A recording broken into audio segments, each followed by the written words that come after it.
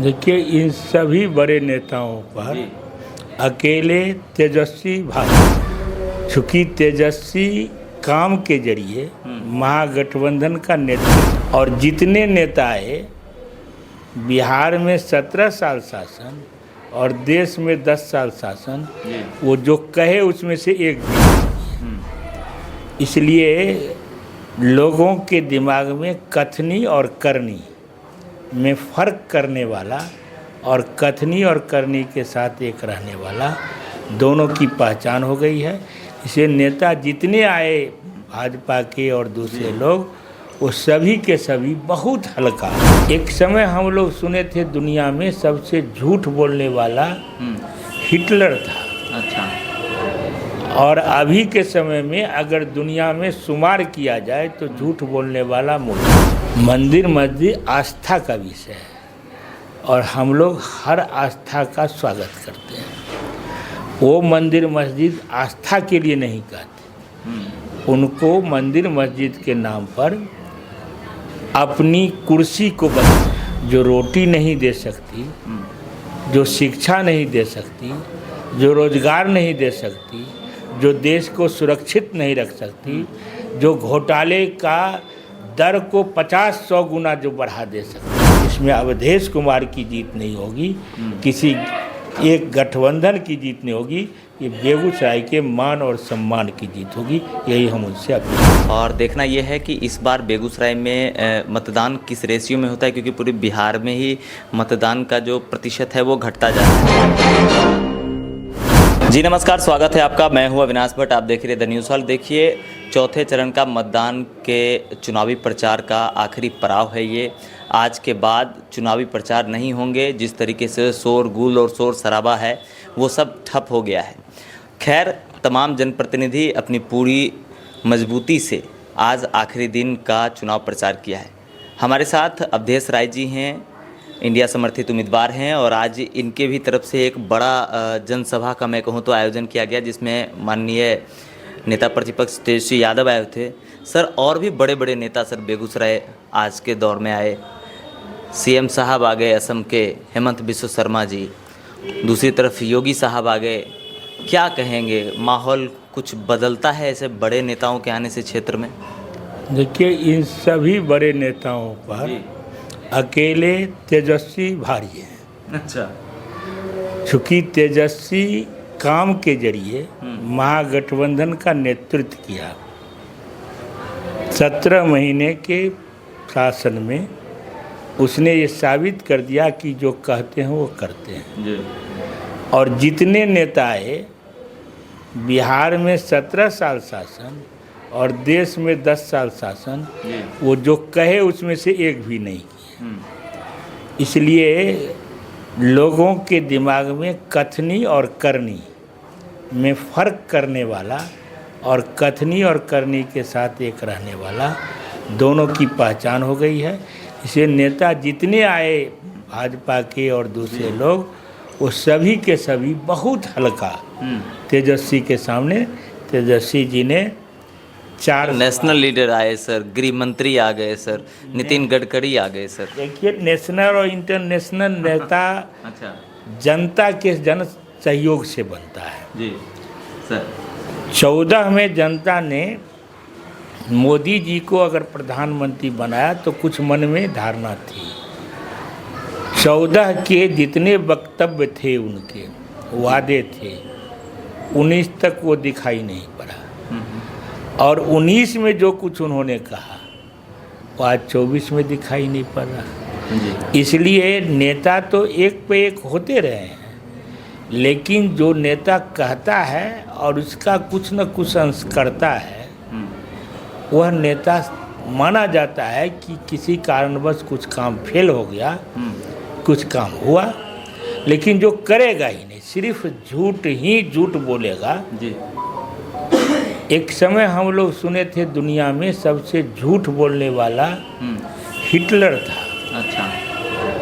और अभी के समय में अगर दुनिया में शुमार किया जाए तो झूठ बोलने वाला मोदी जी।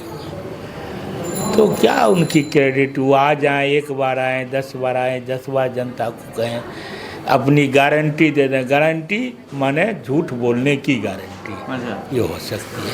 इससे ज़्यादा विकास की गारंटी नहीं है। कोई विकास की गारंटी नहीं। अच्छा। एक तो उदाहरण हो जाए, हम्म, कोई उदाहरण ही नहीं है। अब उसमें इससे ज़्यादा आपको क्या बताएं। उदाहरण तो सर बहुत सारे गिनाते हैं कार्यकर्ता, कहते हैं कि राम मंदिर हमारा योगदान है, 370 हमारा योगदान है, 80 करोड़ देशवासियों को 5 केजी राशन दे रहे हैं, ये हमारा योगदान है, हर एक घर को शौचालय दिया। ये तमाम चीज़ें जो मूलभूत सुविधाएं अब मतलब कि एक आम जनता तक पहुंच रही है, उसके जनजीवन को बदल रही है। देखिए, मंदिर मस्जिद जी इंसान की एक कहिए कि धरोहर जी विश्वास है। मंदिर मस्जिद रोटी रोजगार और शिक्षा नहीं देता। मंदिर मस्जिद आस्था का विषय है और हम लोग हर आस्था का स्वागत करते हैं। वो मंदिर मस्जिद आस्था के लिए नहीं कहते, उनको मंदिर मस्जिद के नाम पर अपनी कुर्सी को बचाना है। अच्छा।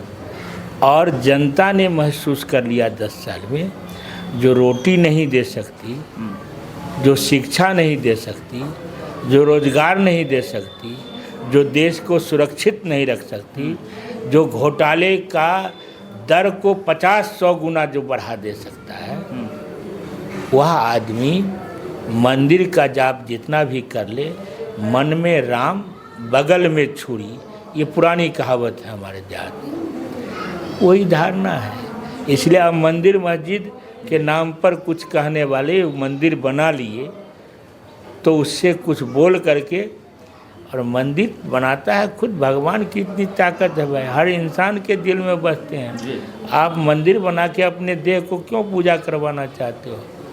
आपसे ज़्यादा पूजा करने वाले वो झोपड़ी के लाल हैं, जो मंदिर का कभी सपना भी नहीं देखा होगा।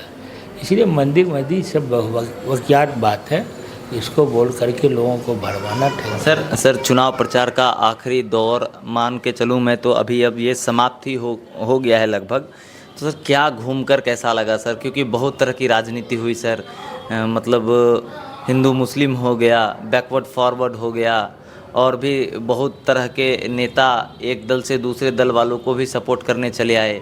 मतलब क्या मानकर चलूँ मैं कि बेगूसराय लोकसभा क्षेत्र में मतलब गठबंधन जो था, जो दो गठबंधनों के बीच का ये जो मसला था, ये मिक्सअप हो गया, क्या कहेंगे?